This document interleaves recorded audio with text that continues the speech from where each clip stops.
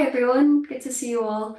We'll start soon in a couple of minutes. We'll just make sure everybody joins first.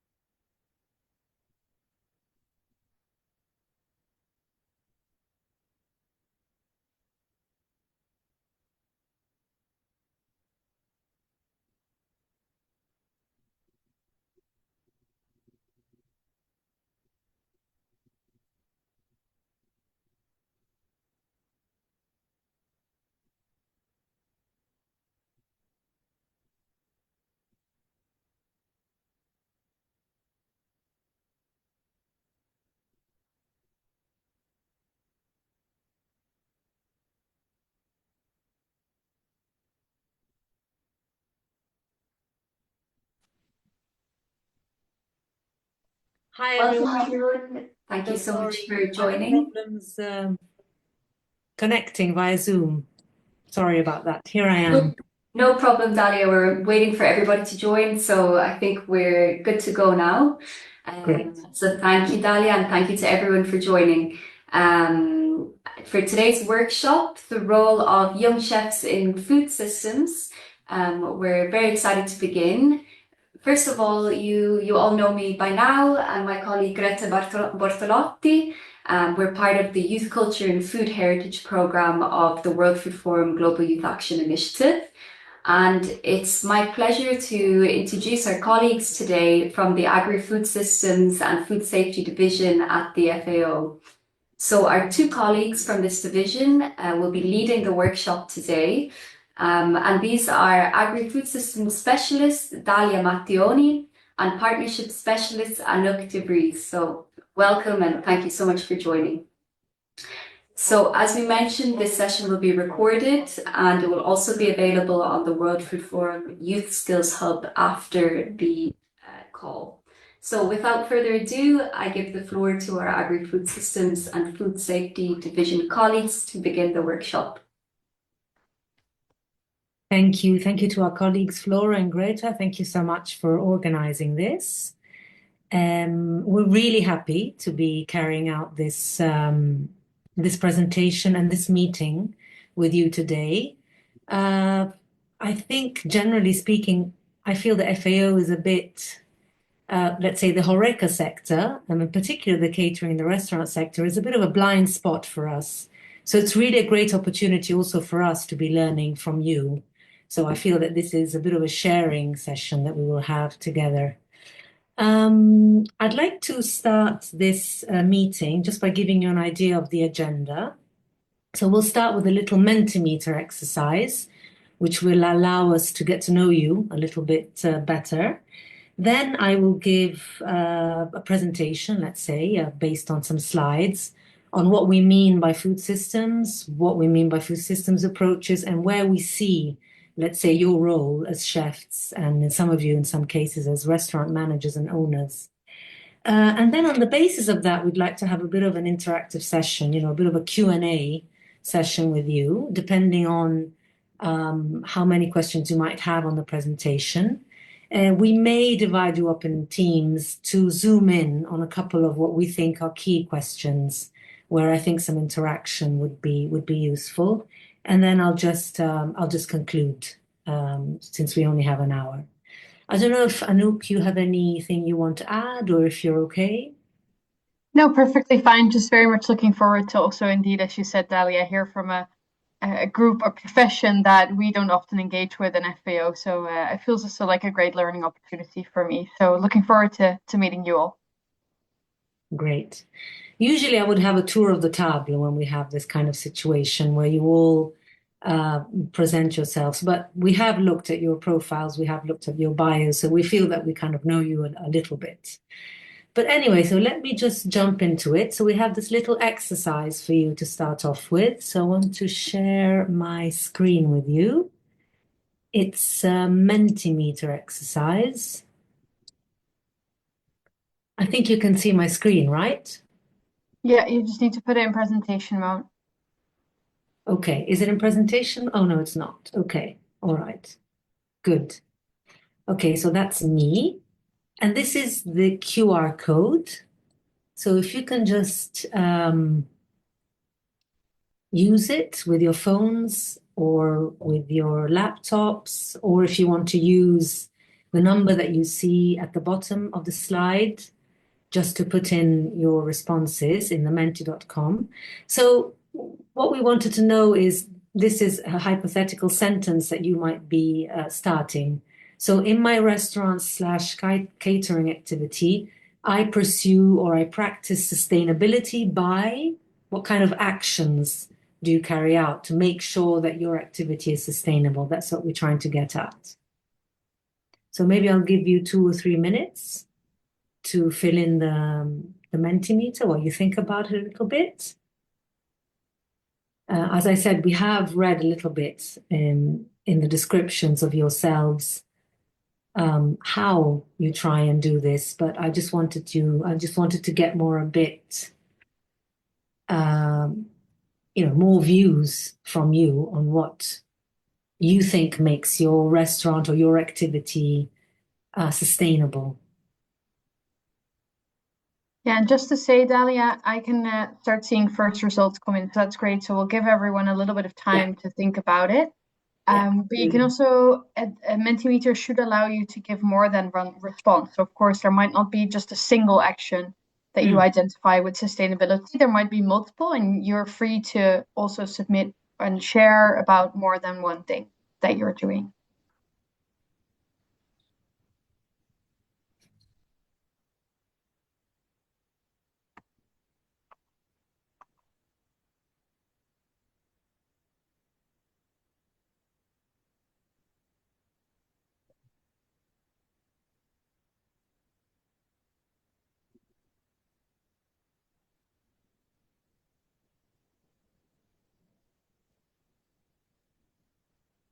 Dalia, you let me know when you want to start, that I share my screen so that we can start seeing some of the inputs. I think if you think we have more than 6 or 7, then that might We be do. good to look at the So if you word take your count. slides down, I'll put the Yeah, results up. absolutely.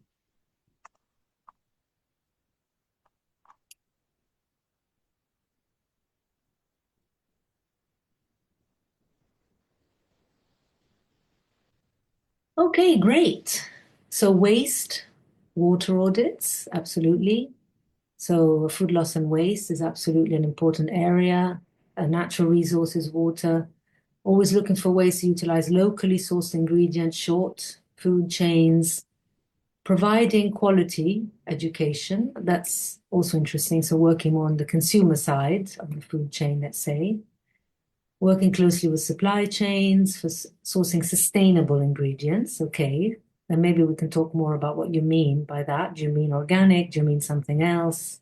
That's interesting. Again, food waste,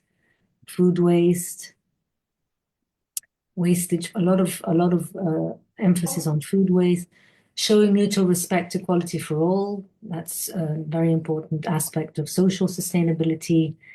Season-led, designing season-led ingredient first menus, using whole produce to minimize waste again, working with local farmers, applying preservation techniques. Okay, the processing side, local providers, local and organic products, reusing or repurposing leftover ingredients as much as possible, being mindful of waste, single-use plastics or beyond food, and using reusable containers, seasonal menus, training proper and complete use of product no waste. There's a lot of teaching, training, Low intervention cooking, so energy. Okay, so we'll be looking at the linkages between the food system and other systems, let's say. So, for example, plastics, energy. Um, oh, okay. Farm some of the school cafe produce. Okay, that's absolutely. Decrease food waste and avoid using plastic. Researches related. Okay, doing actual studying on it to be more prepared. Small scale producers, culturally relevant menu, sharing recipes. Okay, that's really interesting. Thanks. I think it's great. Okay, so bear that in mind. I mean, of course, you know, because you've written it. Because you have all mentioned different aspects of sustainability, and we will be looking at that when we ask ourselves, what do we mean by food systems? What is a food system for?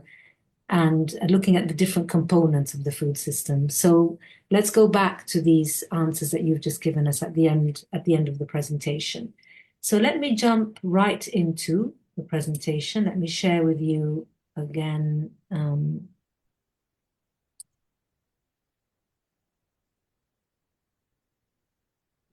my screen.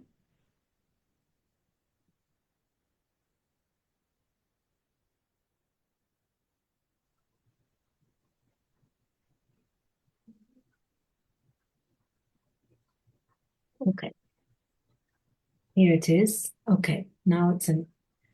Okay, so this, okay, I called it lecture. Let's, we can also call it a presentation or a talk.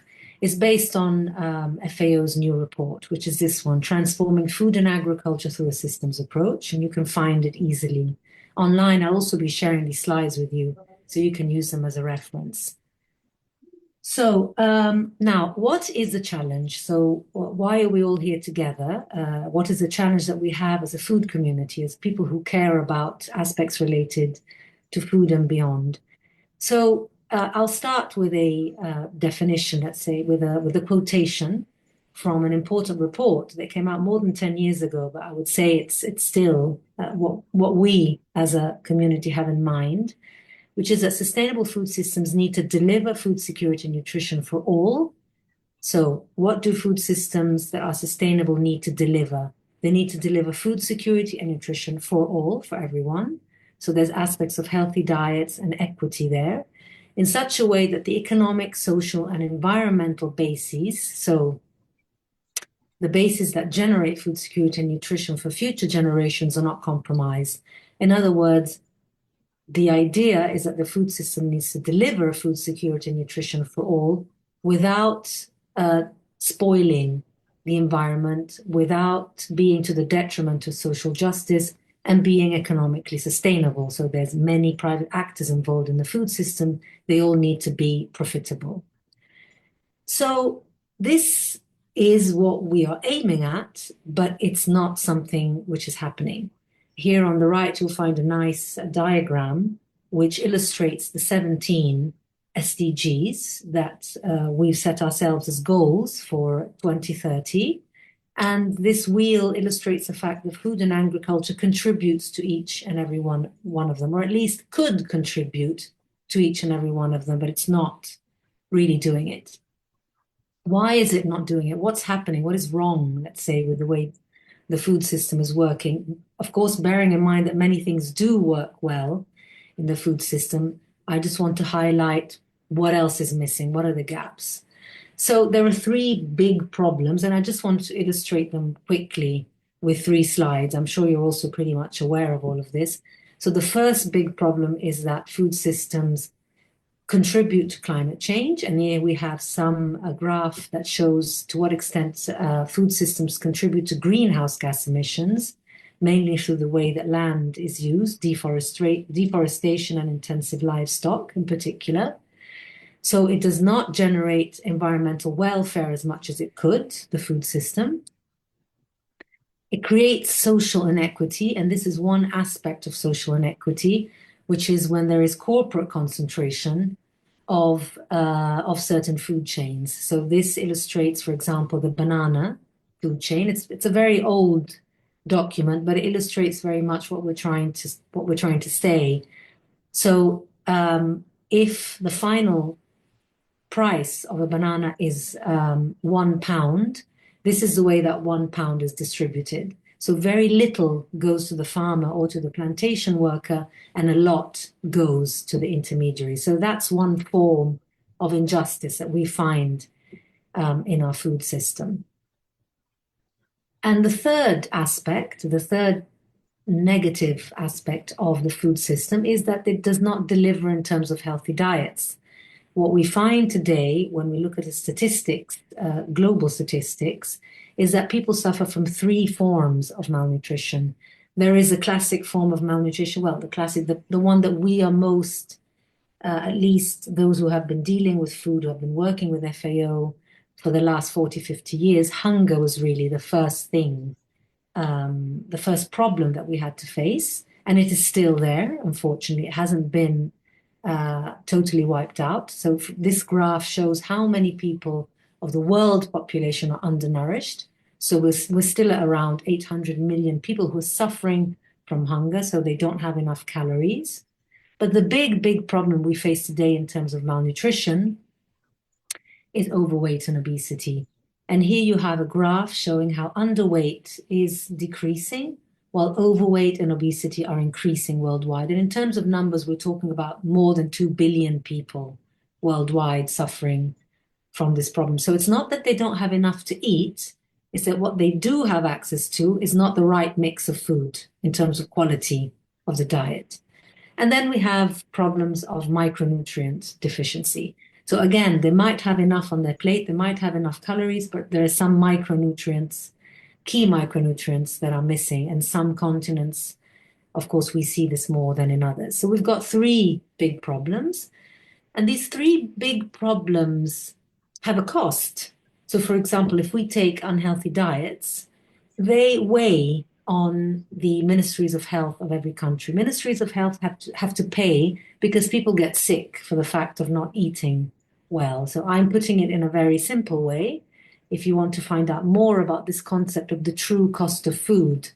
So when I go to the market and I pay for my food, what I'm not paying for is what the Ministry of Health is spending for people to feel better in terms of health.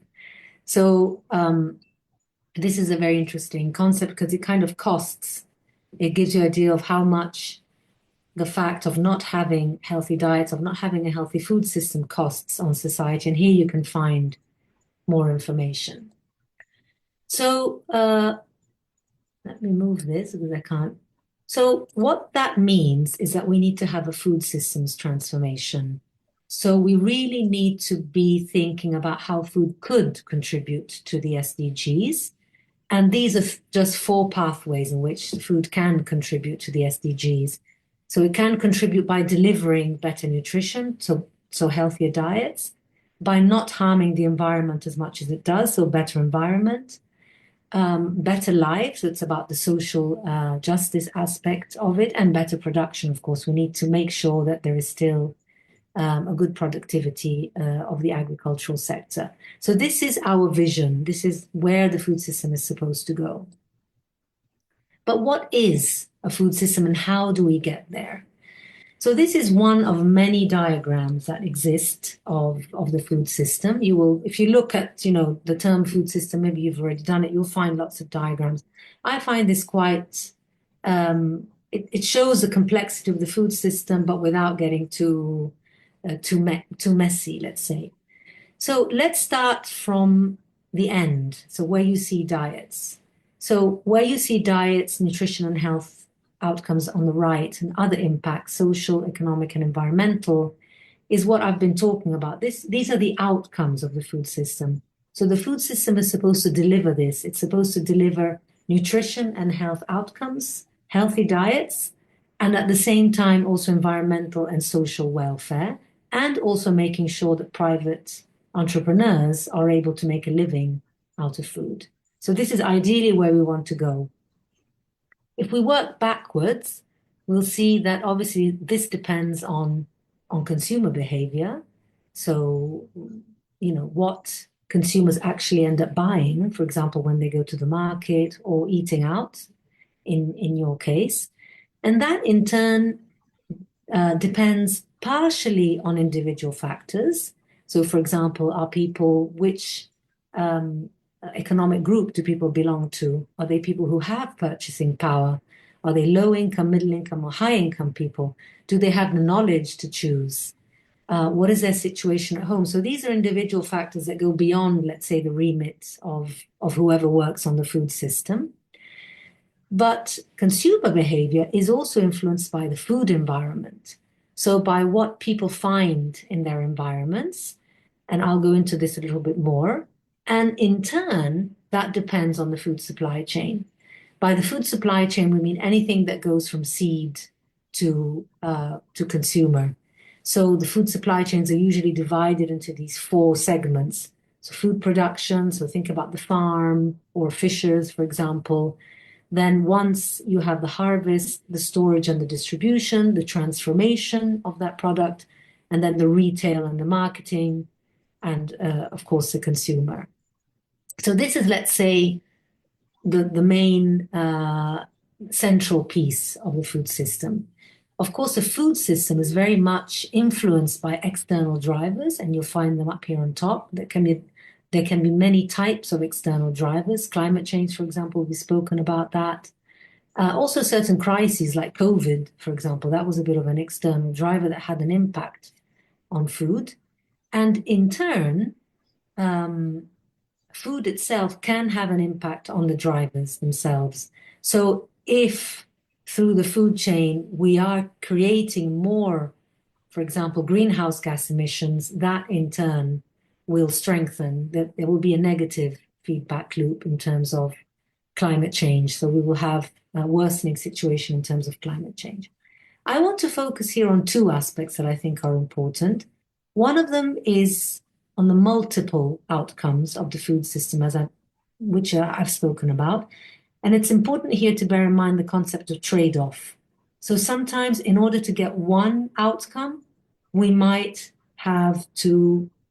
be problems in terms of the other outcome. So how do you mitigate these trade-offs? How do you make sure that you hit multiple outcomes without losing out too much on one of them? And the second aspect that I wanted to focus on is what I think is your, let's say, position, which is this one.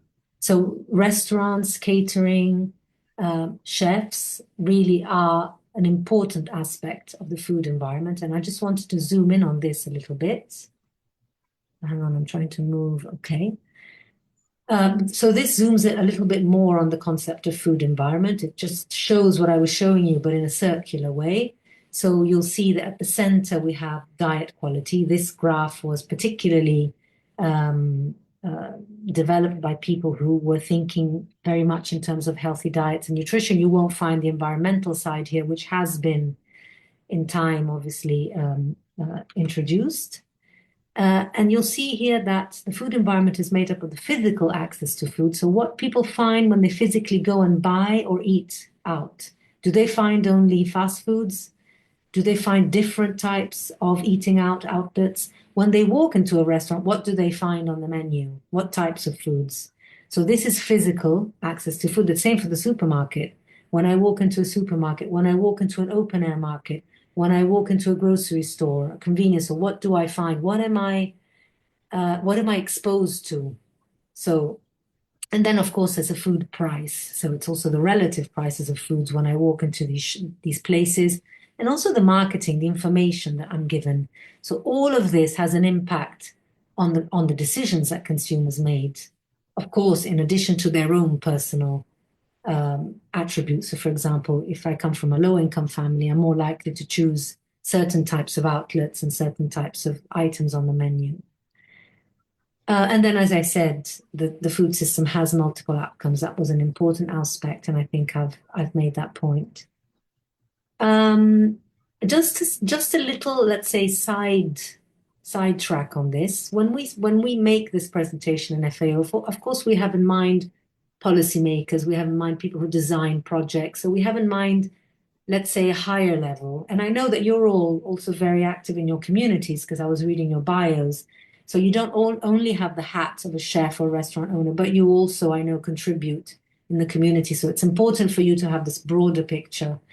But for you as entrepreneurs, or I would say as ecopreneurs, this is a term that in the literature is used quite a bit. This is a business model canvas, which some of you may be familiar with. So it's what some entrepreneurs use. Carga. Hello? Déjalo cargando. Ah, sorry. 79%. ¿Y está bien eso? So in the center, you'll find the value proposition. So it's basically how you want to place, let's say, your restaurant or your business. And then on the left side, you find key activities, key partners, and key resources. So what you do to live up to your value proposition. And here I think an important concept is that of triple bottom line. So what the literature tells us is that more and more you have entrepreneurs who are interested in sustainability that do not only have the profit bottom line. So of course, the bottom line is that, your enterprise needs to be profitable, but who also want to make it square with the environmental and the social bottom line. So they want to make sure that they also do the right thing in terms of social and environmental welfare. And that's where these aspects of trade-off come in, and that many entrepreneurs try and, let's say, they find the squaring either in working on their internal costing mechanisms, or by relying on the price premium, for example. So I'm sure that, you all have your own strategies, but I think this was an important aspect to bring up, because we find aspects related to systems, to trade-offs, both at high level, but also, of course, when we look at single entre firms. So our aspiration is to reach the SDGs. And in order to do that, we need to transform the food system. So I'm back at the high level. But food systems transformation has a lot of obstacles. It has had to grapple with a lot of obstacles. Otherwise, by now, we would have a transformed food system, but we don't. And these are some of the obstacles that many people who have worked on this topic before us have identified, and we have also confirmed them and identified some of our own. So linear thinking, for example, if we think about a public sector, different sectors within the ministries might be thinking about their own sector and not really linking up with others. The same goes for knowledge, the same goes for governance, isolated policies and actions, uncoordinated financing, and rigid plans. So there's very much this aspect of not working together with others, non-coordination, non-connection, really. I think that's the main word that we had chosen for the publication. Connections and relationships is key here. So that means that we need to start taking a systems approach. But what does it mean? And for us, it means a way of thinking, acting, and working together that considers interconnections across agri-food systems. So in that diagram, it means bearing in mind all the components that I was highlighting in the diagram that I showed you before, in the big graph of what is the food system. An approach that connects existing but fragmented efforts to transform agri-food systems with an aim of achieving and sustaining multiple interconnected goals at scale. We have identified 6 core elements of the food systems approach. So they are systems thinking, knowledge, governance, doing, investment, and learning. Systems thinking is about mindsets. So it's about really understanding how things are connected and who needs to be involved. Systems knowledge is about using the data to understand how policies affect interconnected outcome. Systems governance is about bringing diverse actors together. Doings is really about policies. So implementing actions that connect systems and balance benefits and trade-offs. Then you have investment and you have learning. So I just want to show you how they all come together. If we start from the top, so we said that we want to change what the agri-food systems actually deliver. So we want them to deliver healthy diets, environmental welfare, and social justice. For that, we said that we need an agri-food systems transformation, which in practice really means that the people who are engaged in the agri-food system, all the way from the seed to the consumer to the citizen, they actually change their day-to-day practices. And for that to happen, you need to change, let's say, what they are exposed to. So the context that gives them incentives and disincentives to act in one way rather than another. And for us, that is very closely linked to systems doings. So creating an architecture of policies that allows them to do that, that allows them to shift their behavior. But in turn, policies cannot be designed if you don't have the right knowledge in place, so data, the right governance system in place, so people coming together to make the right decisions, and then, of course, funds in order for that to happen. And this is underpinned by systems thinking. That's for us at the basis. People need to be thinking in terms of system in order to put this in place. And two central aspects for us are, well, three. They're the system learning. Learning happens as we go along, as we start the policy design process all the way to its implementation, or projects or programs, if you like. Learning and adapting, because things will obviously not go according to plan, and we need to adapt as we go along. And then two important pillars for us are leadership and innovation. I won't be able to go through all the 6 elements, but I'll just go through a couple of them, but an important point I wanted to make is that implementing a systems approach, and therefore each element means moving from a siloed approach, from a fragmented approach, towards a systems approach. And so these are the shifts that need to happen. The ones you see on your right are the shifts that need to happen for us to be able to say that we are taking a systems approach. And just to give an example, systems thinking, as we were saying, is foundational. So a siloed approach means that we're seeing purpose, priorities, and solutions in isolation. So we're on, say, for example, going back to a classic example, the Ministry of Agriculture is probably only thinking maybe on how to increase productivity on the farm for a specific set of crops important for their country. So to some extent that can be successful, but what we've seen is that if there isn't also a perception of the place that the Ministry of Agriculture has within the broader food system, they will not be able to have as much a success as they could if they did. So a systems approach means looking beyond mandates and identifying interconnections. So thinking about, but what happens to that crop after the farm gate? What happens when I process it? What happens when I distribute it? What happens in terms of retail and consumer?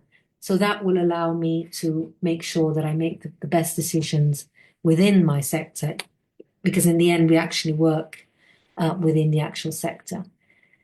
So these are, let's say, key shifts that happen within the larger realm of systems thinking. I think the second one is particularly important, characterizing entry points only as priority problems and solutions versus identifying strategic entry points that can trigger positive change across the system. And I just want to take an example from Albania. Albania really wanted to make a difference in terms of its agri-food system. It realized that there were many problems related to its agri-food system, and it used as a strategic entry point agritourism.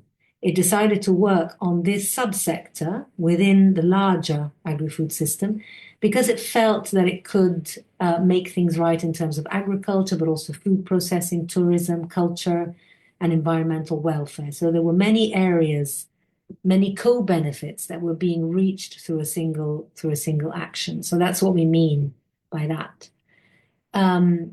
Here I'm just zooming in a bit more on the context, on the concept of entry point, because we think it's very important to think strategically about entry points, because it will be impossible to work on the whole agri-food system. And then the second element that I wanted to share with you about was systems doing. So when we're designing policies or projects or strategies, moving from isolated interventions to implementing mutually reinforcing multi-purpose actions. So possibly actions that can deliver multiple benefits, for example. So for example, improving diets, but also improving environmental aspects of the food system. And a good example here is what the city of New York did in terms of procurement budgets. So basically what the city of New York did, they have been active for the past 10 years around this, is there was a big concern about unhealthy diets, particularly amongst its low-income population. So what they did was they enacted a series of measures. For example, fresh fruit, vegetables, sellers in low income, the carts in low income areas that could sell these fresh fruits and vegetables so as to increase the exposure of people to these foods. So there, the emphasis was on healthy diets. So I need to make sure that people have more access to fresh foods so that they will improve their diets. Perfect. But what was missing was also an emphasis on the environment. Where are you sourcing that food? Where is it coming from? So they started thinking about that. They started thinking about trying to source it from local producers, for example, sourcing some of it from organic sources. That way you're hitting two targets. On the one hand, yes, you're making it better, easier for people to eat healthier, but you're also doing the right choice in terms of environment. So that's what we mean in terms of hitting multiple benefits. So just a last word on this, because it might seem a bit daunting, which is that, implementing a systems approach is not something that happens straight away. It takes time. We need to be thinking in terms of short, medium, and long term. And we also need to be thinking of working together with everyone. So I'll stop here. Okay, I may have taken a bit more time, but I hope we can have 5 minutes more at the end since we started a bit late. So I know that was a lot to put on your plate, and I'd like to open the floor for any questions you might have. I mean, we're not a big group, so I guess you don't really need to put them in the chat, but you can also do that. But if any of you have any questions, any comments about what I just said, maybe we can talk.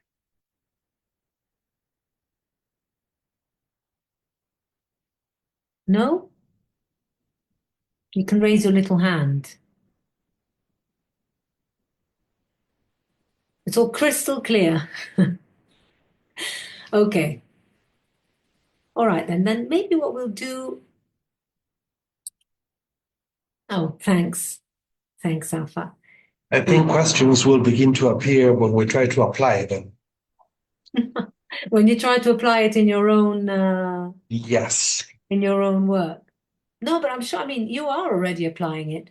When we did that Mentimeter exercise at the beginning, you told me about what you were doing. So certainly you are applying it. Some of you might be considering sustainability more from the point of view of maybe diets, for example, health, nutrition, education around that. Some of you are considering it more in terms of environmental welfare. And in that, some of you are thinking more of waste, some of you are thinking more of sourcing locally.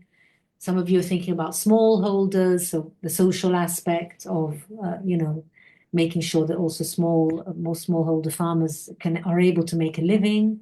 So, providing a market for them, you would be their market, obviously, for them. So you're all thinking about sustainability. Maybe if I can. Dalia, there is one question. There's a hand up from Sean.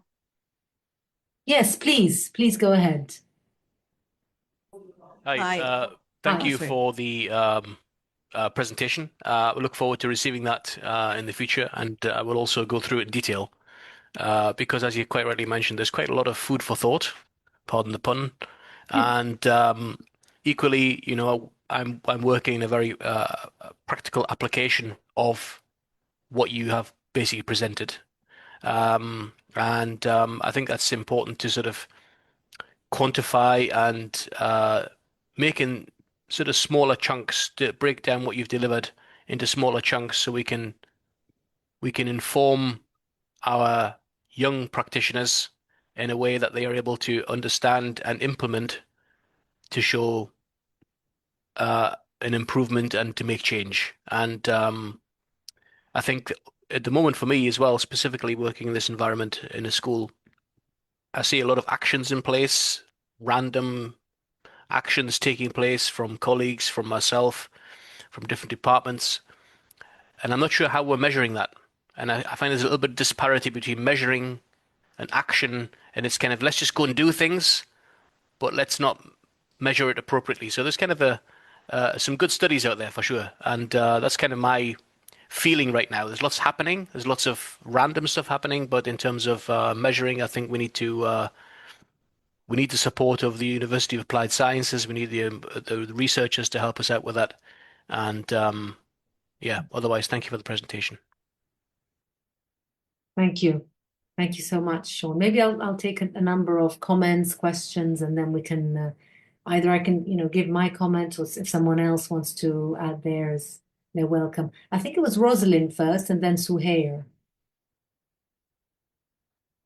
Hi there. Thank you for that. I think that's a wonderful presentation, which likely aligns with most people around the world. But isn't it fair to say also that there are some groups that maybe have their own smaller systems, or they're not quite integrated into the larger system? Maybe they sustain themselves, maybe they hunt and forage, or they have small scale, home gardens and whatnot, that they're not quite, they could be sustainable on their own measure.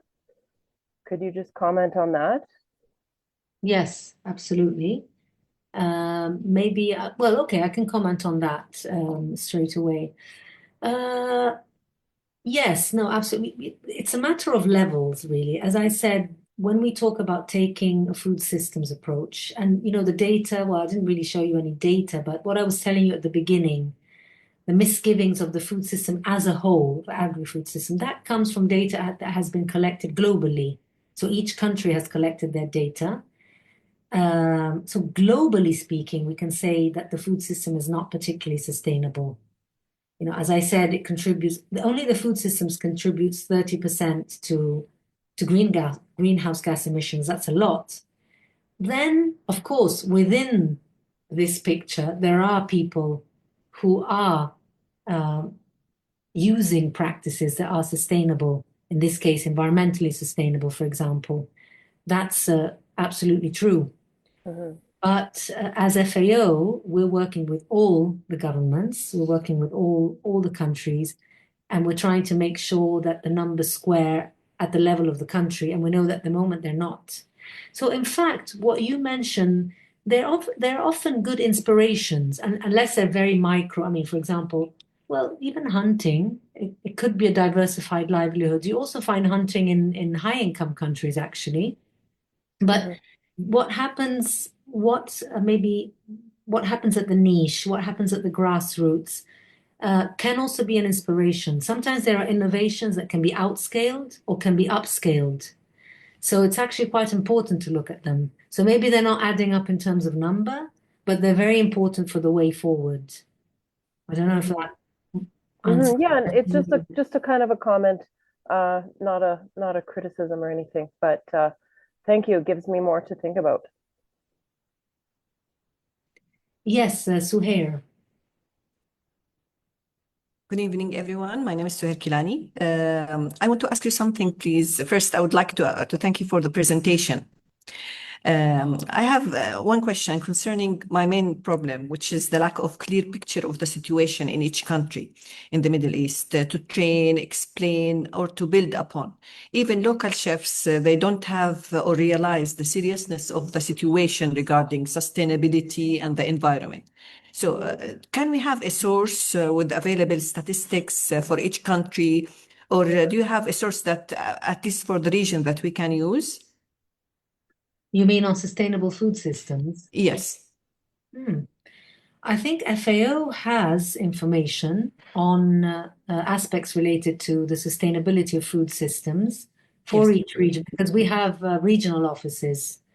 Maybe we can send you some links specifically. Dalia, Yeah. maybe if I can come in, there's also the food systems dashboard, and I'll put up a link in the chat.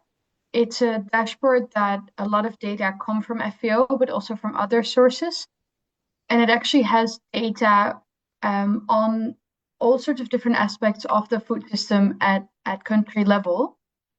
So, for example, about access to healthy diets, but also levels of production or food waste, etc. So again, it's not localized per city or sub-region, but it gives a bit more of an idea of the statistics at country level, and it is also possible in that dashboard to compare it to regional level as well, or to globally. So that gives also a sense on, is a country ahead? Is it sort of running behind? So it also gives it some sort of comparison. Amazing. That would be very helpful indeed. That would be very helpful. Thank you so much. Yeah, that's great. That's a really good recommendation, because sometimes one can get lost in the FAO website, but that's very well set up. It's very easy to navigate. So yes, I think someone else was asking. Yeah, I think that will be useful. I just wanted to make a comment to what Sean was sharing. Yes, I agree. And that's why in the systems approach, we have put systems knowledge. So the importance of having the data, the right type of data, absolutely, because there might be some gaps.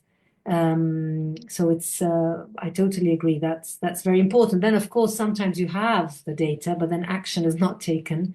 I don't know what level you were talking about, but if we think about, for example, climate change action, I mean, I think we have enough data to be able to say that it's a problem, but still some policymakers don't really do much, but still, I think you're right. It's really very important. When we were designing this class for you, we had in mind to break you up in groups and to ask you some questions. Maybe I can throw out one of the questions to you here in the plenary. And the question we had in mind was, we wanted you to tell us what were your aims in terms of sustainability. And to a certain extent, you've told us. So in that initial exercise, you told us waste reduction, etc. The various ways in which, for you, in your practice, the way that you feel that you're being sustainable. And that's great. But I wanted to ask you whether you feel that leads you to difficult choices in terms of trade-offs. So, for example, what does that entail in terms of when you make certain choices? Does it mean that your costs increase and therefore you have to increase the price premium? So that's, for example, one typical trade-off between cost, price, so economic sustainability and maybe being green, environmental sustainability. Or, for example, if you decide that you want to deal with smallholders, local smallholders, but then they're not always great in delivering in terms of time, in terms of volume, in terms of maybe the product itself. What do you do? What strategies do you use to mitigate that trade-off, to make it work? I don't know if you have any things to share on the types of strategies that you have to make I'm speaking to you as entrepreneurs, but you also might want to share something as what you do within your communities, maybe to spread the word in terms of the importance of making sure that our food systems are sustainable.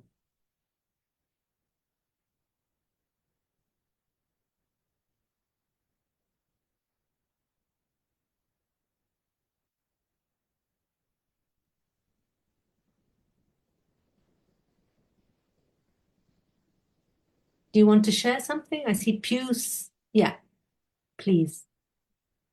Pius, sorry, that's my institution.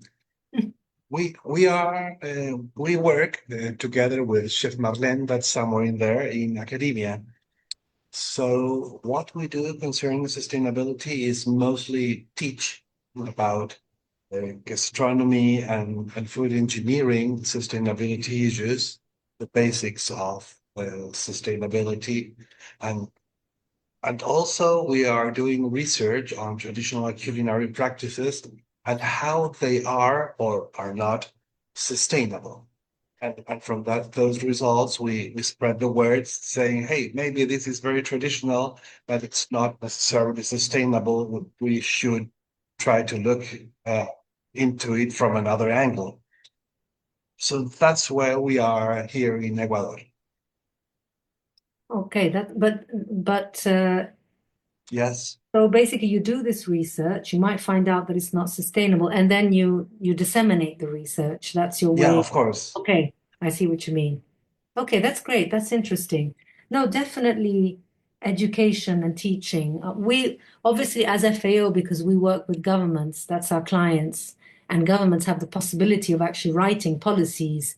We work more in terms of trying to change those policies, and a little bit less on research and education, a little bit less because we are here hosted by those who do deal with education and FAO.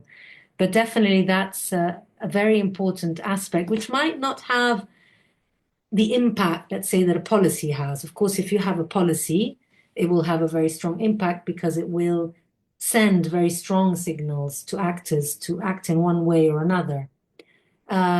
Education works more at a grassroots level, obviously, and if it grows, then it changes people's minds, it changes mindsets, and that in itself can have more of a bottom-up impact in changing the way people do things. So they're both very important. I see here, Rosalind, financial trade-offs. So, can you tell us a bit more about financial trade-offs and social stigmas? That's very interesting. What do you mean by that? I think we can all likely come up with some type of example from where we have to decide some kind of financial benefit or even just a fraction of a savings financially in our daily practices. Social stigma has to do more so with perhaps change in management and people's apprehensions or perceptions and wanting to change. Maybe they're probably aware of the need for some sustainable action, but to actually go ahead, go through with it, at least where I'm living, it's much harder. So you mean people in general or your customers or the people you work with in your restaurant? I think on multiple levels. I work in a school, I teach culinary arts, and so I see it here with culinary students, but other students, I hear about it within my city. I think there are plenty of examples out there. Okay. So Yeah. maybe is related to what we were calling systems thinking. It's kind of a mindset. It takes time to shift mindsets. Okay, absolutely. And then I have a comment from Radhika. Do you want to maybe open the mic and share your comment with us? Or you want me to read it? Do you feel more comfortable?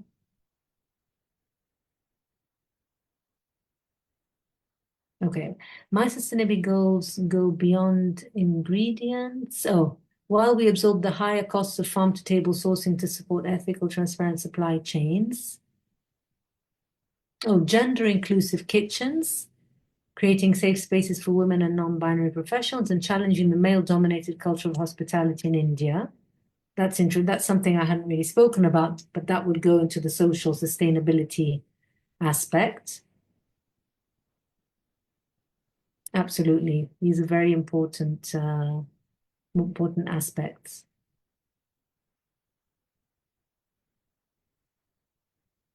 What do you mean by inner development goals, Sean? You mean Just turn myself on mute. Yeah, so inner development goals. So the inner development goals of inner growth, outer change, and develop the. I use that as a new starting point because I work in a school. We have a lot of international students, and we have a lot of different cultural upbringings and a lot of different realities and ideologies of what is appropriate, not appropriate in terms of consumption of food, wastage of food, etc. And in order just to sort of hone in a little bit, because I tried sort of various actions in terms of sustainable awareness days, food waste. I mentioned a few things earlier. As action for change and more sustainable practices, which is embedded into the curriculum, etc. But we also practice that in the operations.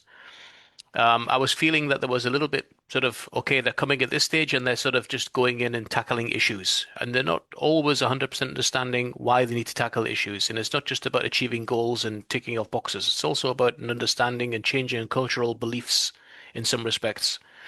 And I tried to come up with some research to develop the students' understanding of these inner development goals, being, thinking, relating, collaborating, acting, in order to give them a much more of a foundation to then go on and tackle some of the sustainable issues that we're dealing with and trying to undermine. And by doing that, I sort of integrate them into a environment where they are creating and not just being told what to do. They're actually co-creating to make them feel part of the whole process. Very interesting. Thanks for sharing. And you mentioned the aspect related to ethics, really, which is also quite a big aspect, of course, of food, because we're moving towards aspirational goals that are very much related to ethics. So thanks for sharing that. I see Safa has also, a number of people. John, the sustainability curriculum of Feed the Planet was integrated in all the basic hospitality, tourism, and culinary curriculum. What's Feed the Planet, John? I don't know if you want to take the floor.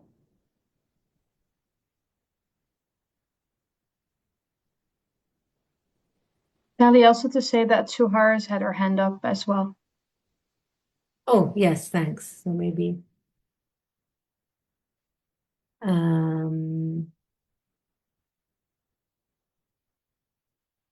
Yes, Suhair, please. Thank you again. I don't know if it's common in most of the countries or not, but locally we are facing something that whenever we try to encourage chefs to use local ingredients, prices rise sharply. So at the end, they rise their prices and they don't work as it should be. So I don't know if it's common or not, but this is something that we are facing locally. Whenever we encourage not to import and to depend on the local products and ingredients, the prices rise automatically. Okay, that's interesting. Well, in other cases that I have researched myself, it's not really import or non-import. It's relying on intermediaries that from which restaurant owners source. There are very big intermediaries that work with volumes, and we don't exactly know which farmers they buy from. They just aggregate. So it's kind of food from nowhere, some people call it. But fair, it's cheaper, obviously. So against buying from a farmer that you might personally get to know, that comes from the nearby region or the adjacent region. And so there, it really, I think, depends on how the restaurant decides to market itself, the segmentation that it decides to carry out. Some restaurant owners do not, if it does cost a little bit more, apart from the fact that not all restaurant owners source everything from, they might source some products from local farmers and not from others, and it's not always transmitted to the final consumer. So it depends on the strategy of the chef, of the restaurant owner. In your case, it's a bit different. In your case, it's actually import. Well, then it's a bit difficult to choose. I absolutely understand that, yes. Safa is sharing about, well, she works in a very specific context, which is the big casino property in Macau. So there's a lot of waste. Yeah,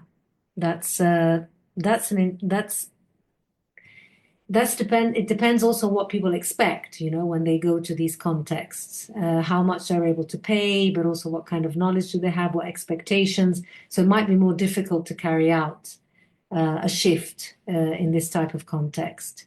Again, it might be interesting to see what kind of entry point you could have. You could start small, seeing where you can find an entry point. For example, it could be waste management, it could be working on reducing the use of energy, and then seeing if that can then spread throughout the work of your restaurant in this case.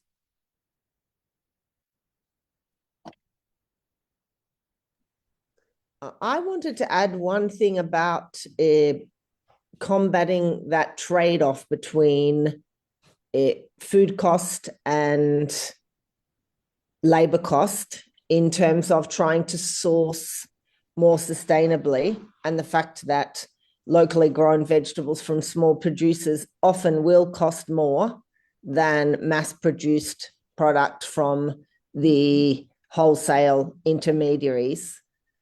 And one of those things, and this is granted, I really come from a catering background more than a restaurant background, but when restaurants are able to transform the food less, and so there's less time in the kitchen cooking and making sauces and reductions and just presenting the food in a more simple fashion, I think that that can be one of the ways to balance out the food cost and the labor cost of sourcing more sustainability. So I think that that's really, and there's also another element, and this comes down to food waste as well. And obviously eliminating food waste is a way of increasing the budget to buy better produce and to buy better, particularly fish and meat.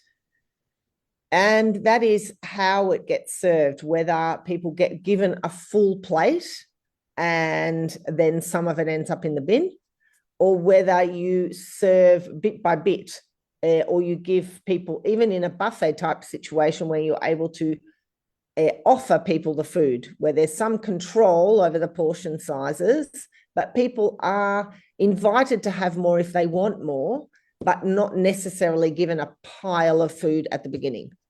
And sometimes that's service at tables. And in fact, smaller hospitality structures like smaller hotels sometimes will do that. A small portion of pasta or rice is served, and then the wait staff are going around the room and offering people more as if they want more. So they're avoiding the big plate that doesn't get completely eaten, but at the same time satisfying those who are hungry. So that was all. Thanks. No, thanks for sharing. That's really great. Yeah, that's what I meant. So strategies that can help reach multiple objectives. I think these are the strategies that we're talking about at the level of, catering, restaurant. Then, of course, the rest of the presentation that I made was at a broader level. Unfortunately, the time has run out. It's 3:05, so I don't want to take up your time. I'm sorry about that. Thank you. Thank you so much for participating. I wish you all the best in this path that you're through with FAO. I hope that maybe we'll find other ways of interacting in the future. And if there's anything that you want, please do write to me or to Anouk or to the email that you find at the end of my slides. We'd really be happy to interact with you. Absolutely. Thank you so much. Thank you. Thank you, Dalia. Thank you, Anouk. And thanks everyone for joining. We really appreciate your time, Dalia and Anouk. And I'm sure we've learned a lot, and also from those comments from the chefs. It's been really good to see your reflections. So we'll have the session recorded and available on the Youth Skills Hub, and we'll also send you through the slides. And then, as Dalia has very kindly mentioned, that you can reach out with questions. So as the program continues, we'll come back and see where the connections are, and be sure to keep in touch over the course. So thanks again. Next week we have our next workshop, and that's on creating sustainable menus with Ristolab. That will be an open workshop, so we'll send more details about that to follow up. But that's all for today. Thank you so much again, and enjoy the rest of your mornings, afternoons, and evenings. Bye-bye. Thank you. Thank you. Thank you. Bye bye. Bye-bye.